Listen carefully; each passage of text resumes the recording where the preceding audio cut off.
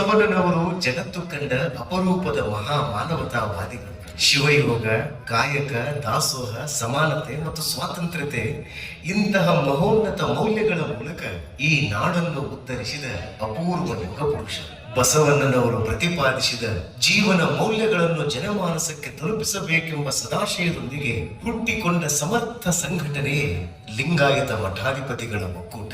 2025 June 30ರಂದು ಧಾರವಾಡದಲ್ಲಿ ಜರುಗಿದ ಲಿಂಗಾಯತ ಮಠಾಧಿಪತಿಗಳ ಸಮಾಲೋಚನೆ ಸಭೆಯಲ್ಲಿ ಸುಮಾರು 300ಕ್ಕೂ ಅಧಿಕ ಪರಮ ಪೂಜ್ಯರು ಭಾಗವಹಿಸಿದ್ದರು. ಎಲ್ಲರೂ ತಮ್ಮ ತಮ್ಮ ಅಭಿಪ್ರಾಯ ಮಂಡಿಸಿ ಕೊನೆಗೆ ಬಸವ ತತ್ವ ಪ್ರಸಾರಕ್ಕಾಗಿ ಟೊಂಕ ಕಟ್ಟಿ ನಿಂತುಕೊಂಡು ಸಮೃದ್ಧ ಸಮಾಜ ಕಟ್ಟಲು ಮುಂದಾದರು. ಭವ್ಯ ಪರಂಪರೆ ಉಳಿಸಲು ಮುಂದಾದರು. ಧರ್ಮಗುರು ಬಸವಣ್ಣನವರನ್ನು ಕರ್ನಾಟಕದ ಸಾಂಸ್ಕೃತಿಕ ನಾಯಕ ಎಂದು ಕರ್ನಾಟಕ ಘನ ಸರ್ಕಾರದ ಜನಪರ ಮುಖ್ಯಮಂತ್ರಿಗಳಾದ ಸನ್ಮಾನ್ಯ ಶ್ರೀ ಸಿದ್ದರಾಮಯ್ಯನವರು ಘೋಷಿಸಿ 1 ವರ್ಷ ತುಂಬಿದ ಶುಭ ಸಂದರ್ಭದಲ್ಲಿ ಸನ್ಮಾನ್ಯ ಶ್ರೀ ಮುಖ್ಯಮಂತ್ರಿಗಳಿಗೆ ಲಿಂಗಾಯತ ಮಠಾಧಿಪತಿಗಳ ಒಕ್ಕೂಟದಿಂದ ಅನಂತ ಶರಣಾರ್ಥಿಗಳು.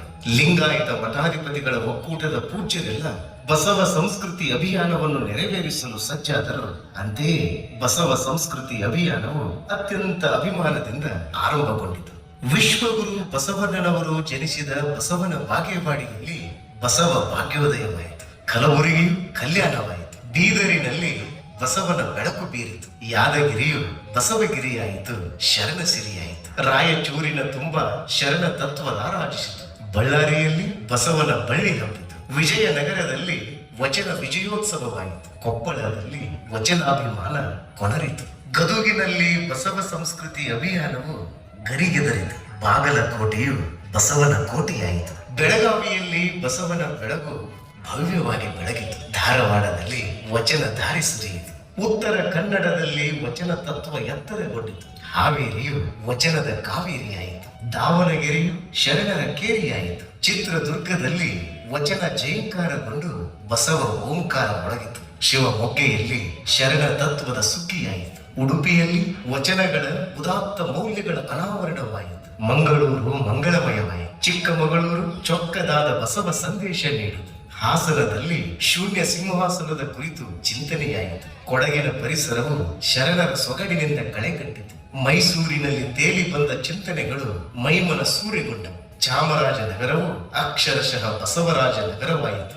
ಮಂಡ್ಯದಲ್ಲಿ ಶೂನ್ಯ ತತ್ವದ ಮಂಡನೆಯಾಯಿತು. ರಾಮನಗರವು ಶರಣ ಸಿದ್ಧಾಂತದ ಆಗರವಾಯಿತು. ತುಮಕೂರಿನ ತುಂಬೆಲ್ಲ ದಾಸೋಹ ತತ್ವದ ಪರಿಮಳ ಪಸರಿಸಿತು. ಕೋಲಾರದಲ್ಲಿ ಬಸವ ಸಂಸ್ಕೃತಿ ಅಭಿಯಾನಕ್ಕೆ ಶುಭ ಕೋರಲಾಯಿತು. ಬೆಂಗಳೂರು ಗ್ರಾಮಾಂತರದ ನೆಲಮಂಗಲದ ಸದ್ಭಕ್ತರು ವಚನ ಸಂವಾದ ಕಾರ್ಯಕ್ರಮಕ್ಕೆ ಮಂಗಲ ಹಾಡಿದರು. ಅಭಿಯಾನದುದ್ದಕ್ಕೂ ನೆರವೇರಿದ ವಚನ ಸಂವಾದ ಕಾರ್ಯಕ್ರಮವು ಸಾವಿರಾರು ಮಕ್ಕಳ, ಯುವಕರ, ಅನೇಕರ ಸಮಸ್ಯೆ ಸವಾಲುಗಳಿಗೆ ಪರಿಹಾರ ನೀಡಿತು.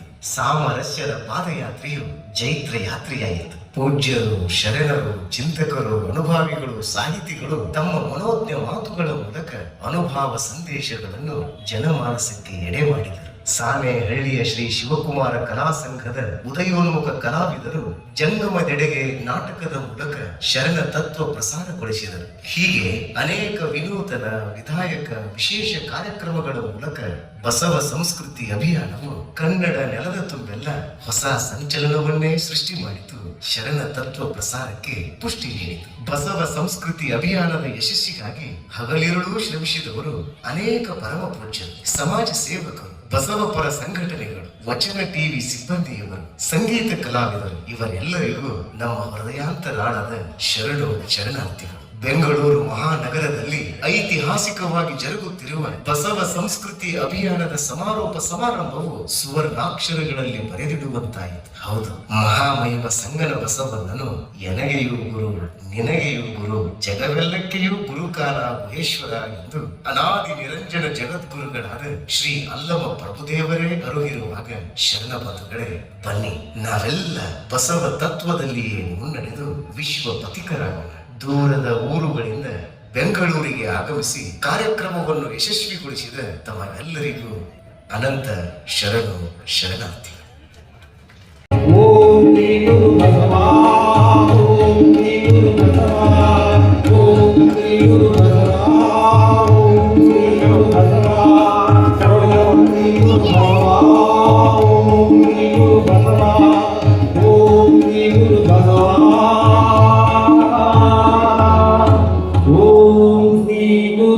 सा